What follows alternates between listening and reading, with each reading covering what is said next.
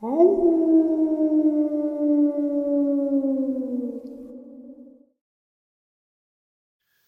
greetings and salutations, everyone. I hope everyone is doing well today. Guys, I have a lineup of just absolute horrifying experiences to share with you, but before we get into it, a couple links. As many of you know, I rely on Patreon, PayPal, channel membership, and the merch to help the channel to continue to grow and go. Links to Patreon, PayPal, and channel membership is in the description below, merch displayed directly under the video. Also, Dogman Frightening Encounters, Volume 1 through 3, the audiobook versions. They were written and researched by Tom Lyons, narrated and produced by me, Jeff Nadolny. Those audiobooks are available on Audible, Amazon, and iTunes, links to which are also in the description as well. And finally, last but definitely not least, if you'd really like to help support the channel to continue to grow and go, simply subscribe. It doesn't cost you a cent. Click the like button, takes half a second. If you don't want to miss out on any of the informative uploads I put out daily, click that bell icon, and folks, please leave a comment. Why? Well, because these things really do help the channel to continue to grow and go, and folks, they do matter. Now, everyone, I've taken far too much of your time. Let's jump into today's upload, shall we? Also, really quick, before we go any further, it is Saturday, and Saturday means Saturday Nightmares, live from New York, which is my live stream. And for those of you who have been to the live stream, you know what it's all about. For those of you that are new and want to hang out with us, it's a great time. We discuss and share experiences such as Dogman, Bigfoot, black-eyed kids, anything paranormal. We discuss a lot, and it is really a good time. So I hope to see you all there tonight, 12 a.m. Eastern Standard Time. Now, let's get into today's first upload. Today's first terrifying experience. In small town, rural Tennessee, kids play outside until there is no light to see by, and even then they find ways to stay outside until brought inside by the threat of punishment. I was no exception. On Saturday evening, when I was 2 months into turning 12, as I was coming inside from playing, I was stopped in my tracks by a strange sound, a mix of yipping growing into a barking growl. Coming from an easy 30 or so yards, I was intrigued. I stood on the porch looking into the tree line that faced the house, trying to find the source of this sound. I expected a dog to emerge, as people were always dumping their dogs in the country, and it was rare these animals ever found homes. Most just roamed the woods. Sitting down on the porch steps, I waited for what I thought would be one of these dogs, but nothing. After a solid 10 minutes and a loss of more of the dwindling light, I stood to go inside. The sound came again, this time deeper and much more guttural. It chilled me, the sound. Looking out into the trees, I saw a very tall figure move in between the trees. It was taller than the fence outlying the trees, and those are a good 4 to 5 feet. I took hold of the door. The sound came again, and it felt like it was going right through me. It's difficult to explain. I felt as if I rooted into the spot. I opened the door and moved to step inside. My eyes were locked on the spot where this thing moved toward the fence. I saw a slice of what looked like a shadow coming to life and put what I thought to be a hand on the fence. I didn't wait for more. I stepped inside the house and closed the door after me.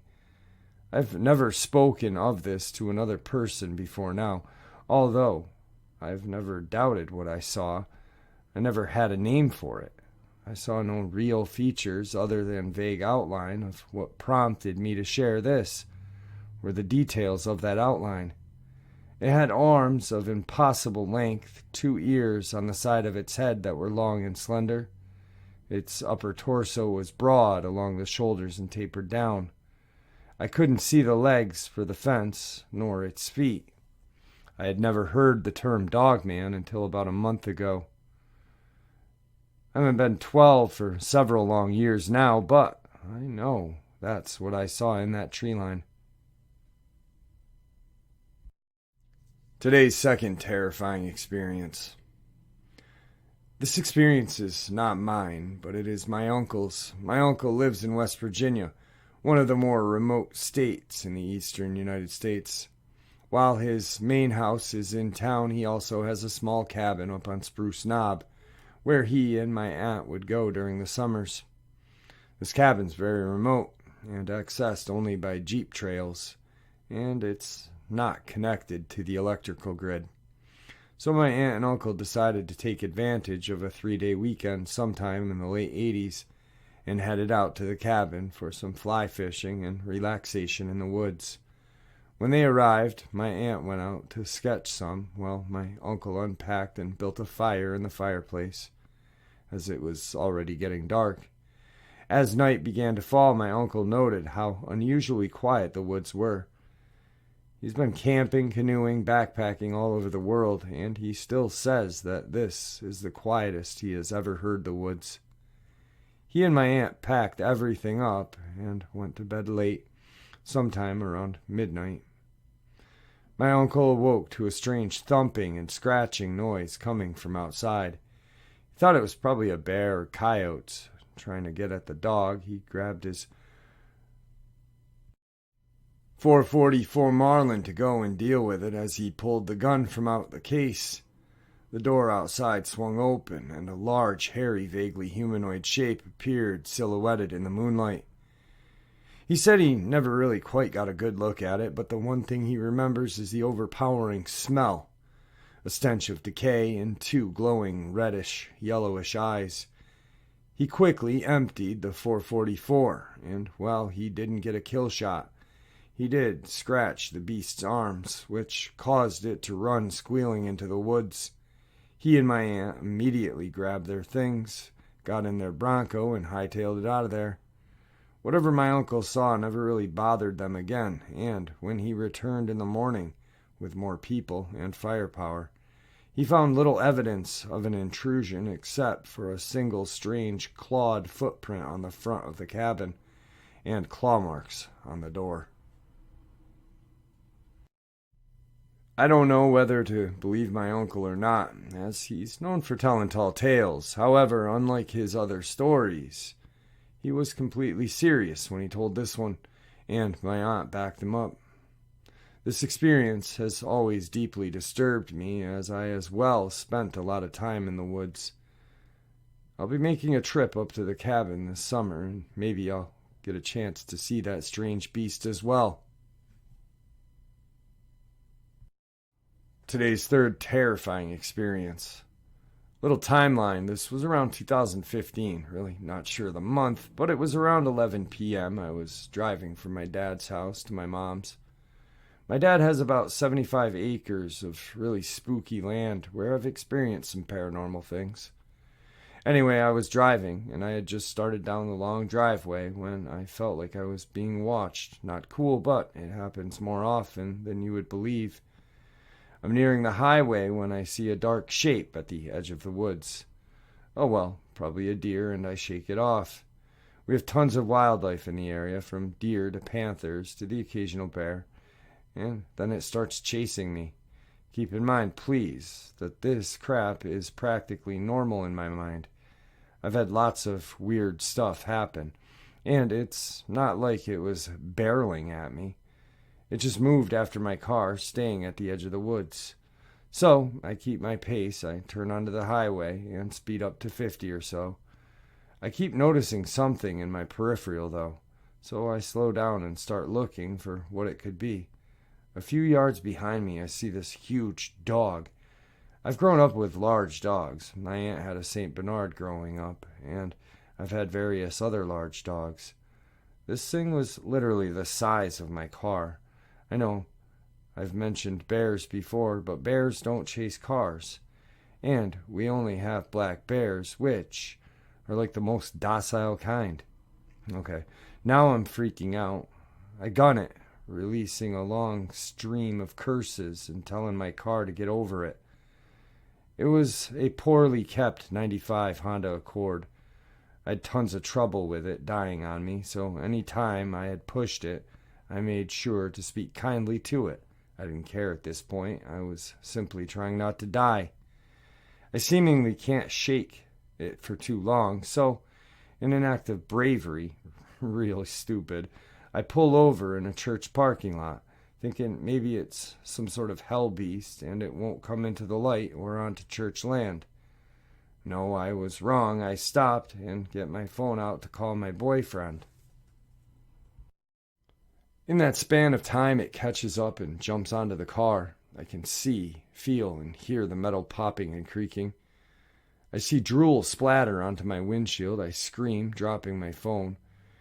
It jumps off the car onto the hood, where I get a glimpse of it before it goes into the cemetery and disappears. A gated cemetery. It jumped the fence.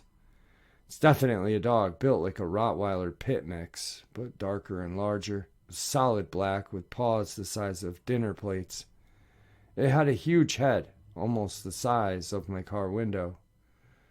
I don't know why it decided to leave me alone, but it did, and I am ever so thankful.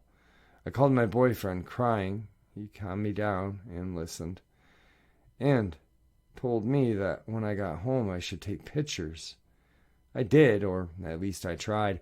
By the time I got to my mom's, the only thing left was a single dent in the roof of the car and some faint claw marks that were more like indentations in the metal. Today's fourth terrifying experience. When I was about 11, my mom decided to move me and my brothers from Richmond, Virginia, to a small town called Colonial Heights, or better known as Colonial Whites because of the history of being a sundown town whose residents used to consist of nothing but white people for decades until about the 60s or 70s. Even then, there were probably only one or two black people, as well as being very open about its local chapter of the Ku Klux Klan. I wish I was kidding, but no, look it up. Anyway, I moved to this place and met some guys and basically became like a group of friends who did everything together. We would frequently meet up on the railroad tracks because how we got around, and it was a good hangout place because you didn't have to walk directly on the tracks as there were dirt paths, which in turn also had little offshoot paths to different parts of the neighborhoods or streets. Now, from time to time, I would experience some weird and strange things on these tracks, or very close by. It was as if maybe something was out there with us, watching or waiting. People in the town and the adjoining small village may often use these tracks for travel or hang out, so it's not out of the ordinary to see or hear certain things, but sometimes I had no explanation for what I experienced. One particular day I was walking along these tracks to get to a path that led beside some friends' houses. I was about 11 or 12, and I remember walking along the track. I was far enough away from the main road and any paths that led directly to the neighborhood, so if I had to run from a dog, I'd probably be screwed. It was about 11 in the morning, as I wanted to get there early enough to hang for a couple of hours. As I'm walking on the tracks, I hear leaves crunching from the forest area, and the woods aren't dense, so you can see a lot of open area. I peer into the forest. I don't see anything, shrug it off as a bird, but as soon as I start walking again, the leaves start crunching again.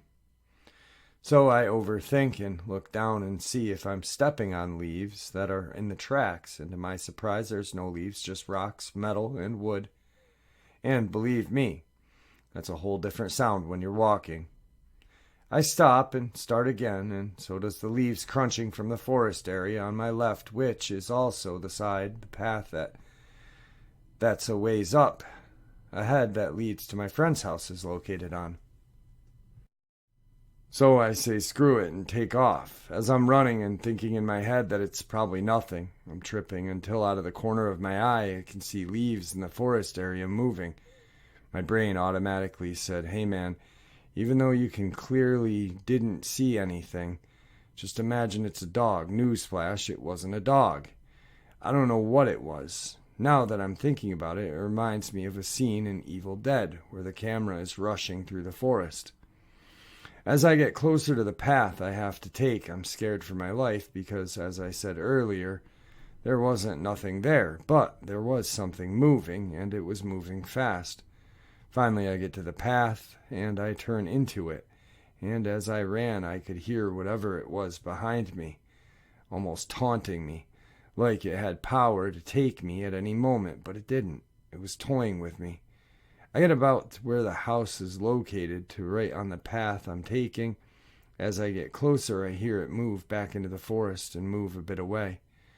I break off the path and run up the steps to the front door. My friend opens the door and looks at me and asks if I ran and if I was okay. I said yeah and was skeptical that he wouldn't believe me. I said I was chased by a dog or something, and he responded there was a family of fox, and the mother was very protective of it. I just said yeah, maybe, but deep down inside I knew it wasn't fox.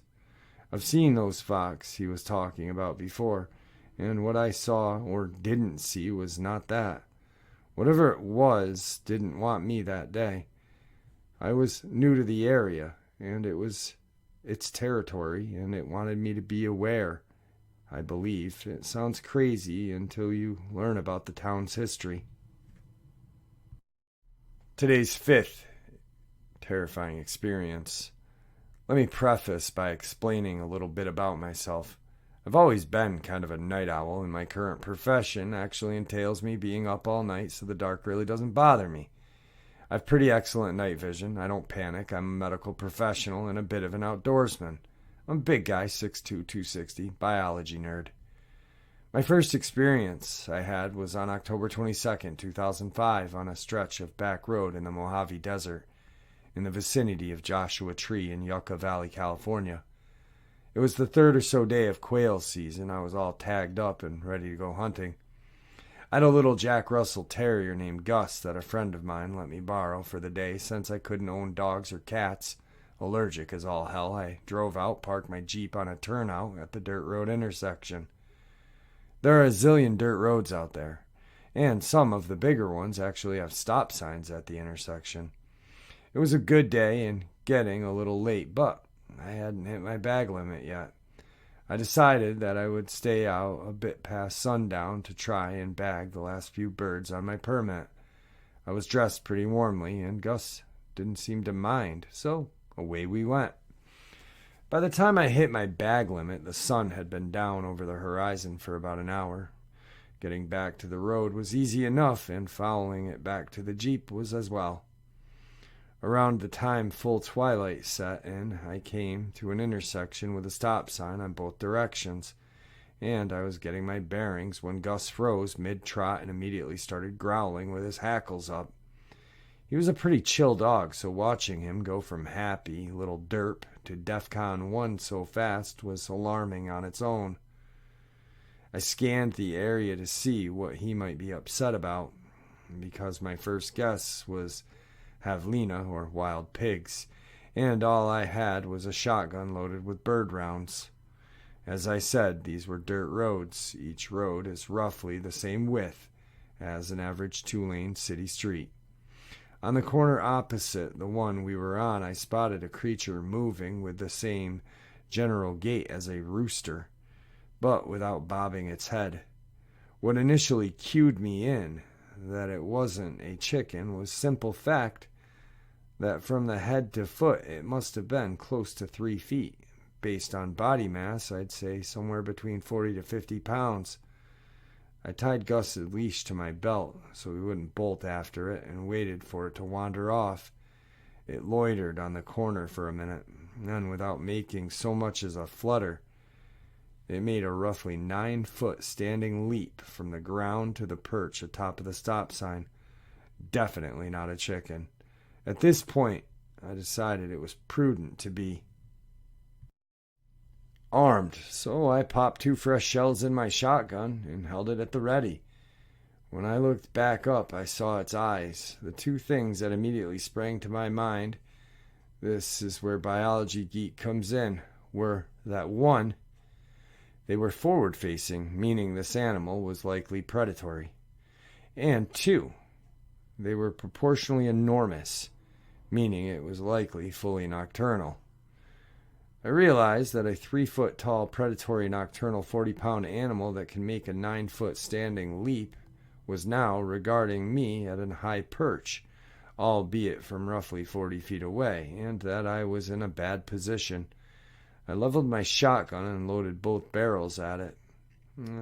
After the echoes died down, it was still perched atop the stop sign, making an odd chirrup noise that sounded a bit like a sneezing. I was reloading when it jumped down from the stop sign and ran away from us through the brush into the adjacent corner. I finished reloading, waiting until Gus had calmed down, and jogged back to the Jeep. On the way back through, I hit my trail lights at the intersection this happened at and saw that the stop sign had definitely been peppered well with the shot, and that the majority of it had been centered on the animal. The animal had taken a 9-foot standing leap, soundlessly perched perfectly on a 2-foot square area, and had taken 2 12-gauge loads of birdshot center mass and sneezed at me. On the way out of town, I told my story to a Spanish-speaking clerk at the local gas station who laughed and told his coworker, "You hear that? This Garo ran into the El Chupacabra." Today's final experience. I seriously need help. I'm terrified out of my mind. I'll start off by saying I've never believed in the paranormal. I'm a pretty science-based guy. I've always looked for the logical explanation. I still am for this. I haven't had much time for leisure with work recently. Been having to accept some pretty awful shifts to get by with COVID times, so I lost my ability to go on my evening walks, which are a method of stress release for me. It had been a while since I had gone on one, so 3 nights ago I decided to just go for a late-night walk. I put my headband flashlight and decided to take a path I hadn't been on in ages. There's a small trail near the back of my neighborhood that goes about 4 miles deep into the woods. My plan was to walk about 1.5 miles in and take a parallel path that comes back. I make it down to around 1.3 miles, according to my Fitbit, and I start getting the feeling of being watched. I turn off my headlamp and sit still and listen. At this point, I'm more concerned there's a guy following me who's up to no good. I heard clear footsteps in the leaves off the trail, and they've been behind me for nearly 5 minutes. I stopped thinking it was an animal or another walker and became worried. Sitting there for probably 3 to 4 minutes, and I hear nothing at all. I turn back on my headlamp and decide to start walking quickly home. About 2 minutes later, I heard the footsteps again. This time, it sounded different. Sounds like 4 feet instead of 2, and it's walking at the same increased speed I am. I turn around quickly with my headlight and my phone light and point behind me. Silence. I get angry and yell out, "Leave me alone, I'm going to call the cops. And if you come at me, I have a knife." Silence. I yell again to get away from me and start walking towards where I heard the walking. About 20 yards out, hard to fully make out because the flashlight doesn't reach too far, I see what looks like a literally naked man running full speed on all 4s into the woods. Normally, I'd chalk it up to drugs, but my area doesn't have a drug problem, and there were some details that led me to believe that this was not a person. For one, they were damn near hairless, completely bald, pale white skin, and the way it ran on 4s looked natural, not like when you try to run on all 4s and look stupid. It looked like its bone structure was designed to walk on all 4s. There was no hunch to look, its back was flat, and they were fast. Last thing that happened was straight out of a horror movie. I hadn't heard anything in a while on my way back, but kept turning around to be sure. With about 0.3 miles left to go until I was in the clear, I heard a mad dash through the leaves. I whip around and it stops on a dime. I see the edges of its head behind a tree and yell loudly to try to intimidate. What I heard next I'll never forget for my entire life. It cackled like a monkey, a noise I've literally only heard on nature documentaries. The tone was that of mockery, a predator having fun with me. I didn't stick around. I sprinted as fast as I could back home. I'd love to believe this was some prank or some rabid, bald, diseased coyote, but I got a pretty clear look at it, and it wasn't. It had human feet and human hands, a human head and a human buttocks, but nothing else about it was human. I called the cops after and told them a man was following me. I didn't want to say some creature because I didn't want them to think I was crazy. They didn't find anything, but they did see quite a bit of activity in the leaves and the dirt about 50 feet from where the trail was, leading far back into the woods before it got to a large stretch of grass where no footprints were seen. After some internal debate, I decided I was going to go back because otherwise it would eat at me not knowing what this thing was. When I first saw it, I had zero idea what it could be. I figured some drugged out or mentally ill man, a prankster, or a sickly deformed animal. After letting it all settle, though, there was just no way any of that was the case. I was trying to justify it in my mind because I've always been a heavy skeptic and anything paranormal. Still am, to be fair, but I'm warming up to the idea that crawlers may actually exist. So I messaged 3 of my buddies, told them everything that happened in detail over text, and asked if they'd come have a look with me. Them being non-believers like me and also just loving adventure and spooky stuff were more than excited to go. 2 of my friends have guns, and so do I, so we all brought them. One friend had a pistol, one had a shotgun. I had my pistol as well. The other friend was in charge of holding flashlights and giving us the light, one being a phone flashlight, so he would be ready to take pictures at any moment. We waited until 9:30 p.m. when it was completely dark and headed down that same trail I did the last time I was there. My heart was pumping out of my chest, but I felt more confident having friends there. They were joking around, and the thought this was pretty cool. And I tried joking back a few times, but that reality was as I was pretty nervous. We walked a full 1.5 miles. I had planned on walking last time and didn't encounter a thing. We had prepped for so long, though, and didn't want to give up quite yet, so we kept walking. About 5 to 10 minutes later, at close to the 2-mile mark, we started hearing some noises way back in the woods. It wasn't close, but it was loud enough to us to take notice. I told my friend to turn off the flashlight for a second, and we listened. The bipedal footsteps made their way closer to us, still far, but definitely coming our way. Sounded like they were wearing boots or something because the heaviness of the steps were quite loud. That, or there were a lot of leaves, which, to be fair, is possible. It was off the trail, so it's all woods back there. Once the footsteps made it about 20 to 30 yards away, I called out asking if someone was there.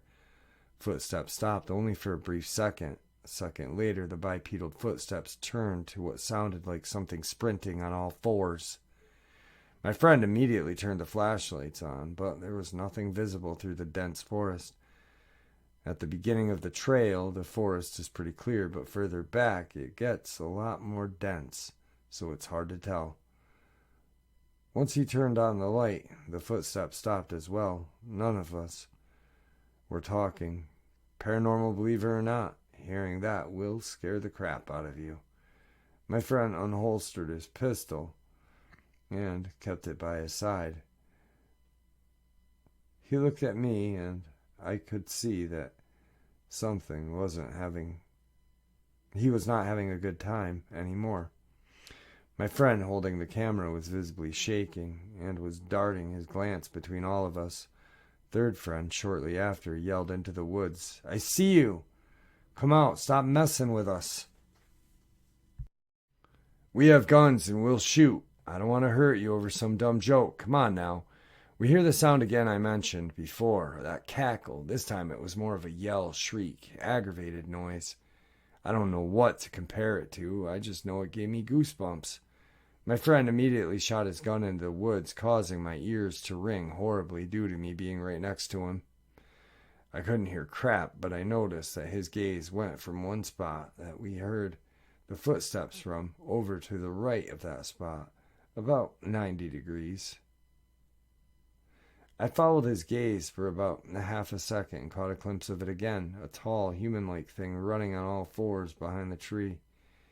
He started walking toward that direction, but my friend with the flashlight stopped him. He made the point that it was buckshot. The chances he missed were slim due to the fact that the tree it was next to was covered in evidence the shot was on target. My friend also made another scary point that we hadn't considered. What if it hit it, but it didn't hurt it? What if he was right? What if that thing took a shotgun hit, didn't fall over? My estimate, it was 6 foot, maybe 6.5 feet, 140 to 165 pounds. So if it could still run after a shot, it either didn't get hit or it was something we definitely didn't want to be messing with. We hear that cackle again, that mocking noise, not so much aggravated now. More so, a noise that gave the impression it was having fun or enjoying the fear we blatantly had in our voices. No more footsteps, but my friend shot in the general direction again. Ears started ringing again. We couldn't hear anything. But I did see a small glimpse of it, running deeper into the woods. Could only see its rear for a second or two before it was too far to be seen by the light. This meant it was running very quickly. I don't want to give a number, but if I'd have to guess, it was around 20-25 miles an hour or so, through dense woods.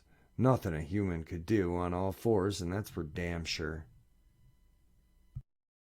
We turned around and jogged back home. Upon getting home, we talked about what we had seen. Nobody was disputing me now. We all had seen it. We talked all night. But we did all agree that if this was paranormal, that a crawler was the best guess we had. Now we're all on the same page. We still didn't know if we bought in paranormal claims, but this one is starting to convince us. We realized at the end that we hadn't even looked for the pictures. We asked a friend on the phone, and he shyly admitted that he hadn't even thought to take a single picture. I'm not going to lie, guys. I was so terrified I didn't even open the camera app. I was just trying to make sure it wasn't behind us or charging us. I'm sorry. We told him not to worry. None of us would have been any better about being calm enough to take a picture.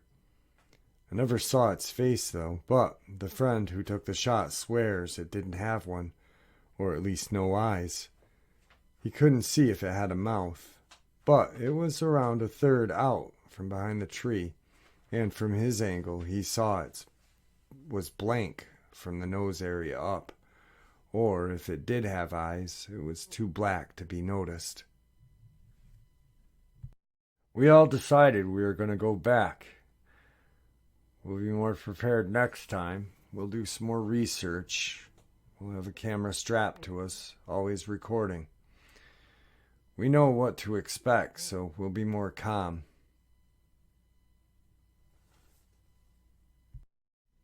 Well, we end up going back. We spent time getting prepared, strong flashlights, walkie-talkies, with one new party member staying home for emergencies. Better camera, knife, bat, and the same guns. We were confident, probably too confident, which led us to playing ourselves. I deeply apologize. But for now, all I can say is after these events that happened that night, I needed to take a break from life and start going to therapy.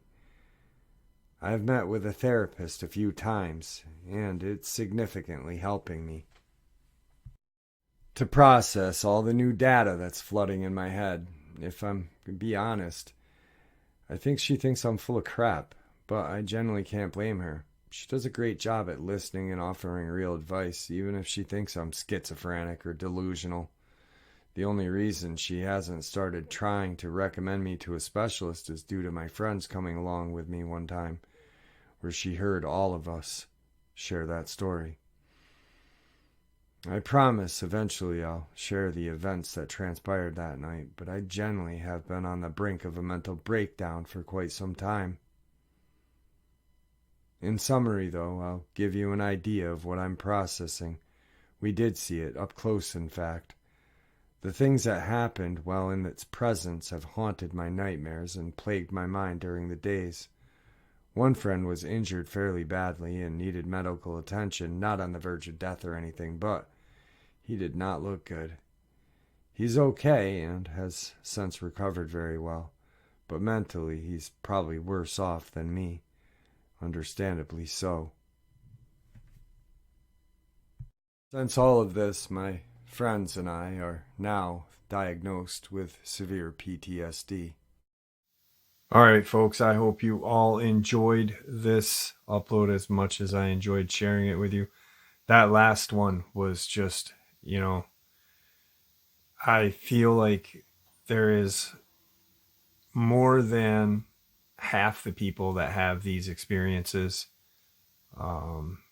go through something like that mentally. So if you have a friend or someone to talk to, find someone. If not, talk to somebody in the comment section here. PTSD is a dangerous thing to face alone. People have taken their lives after having encounters, countless people.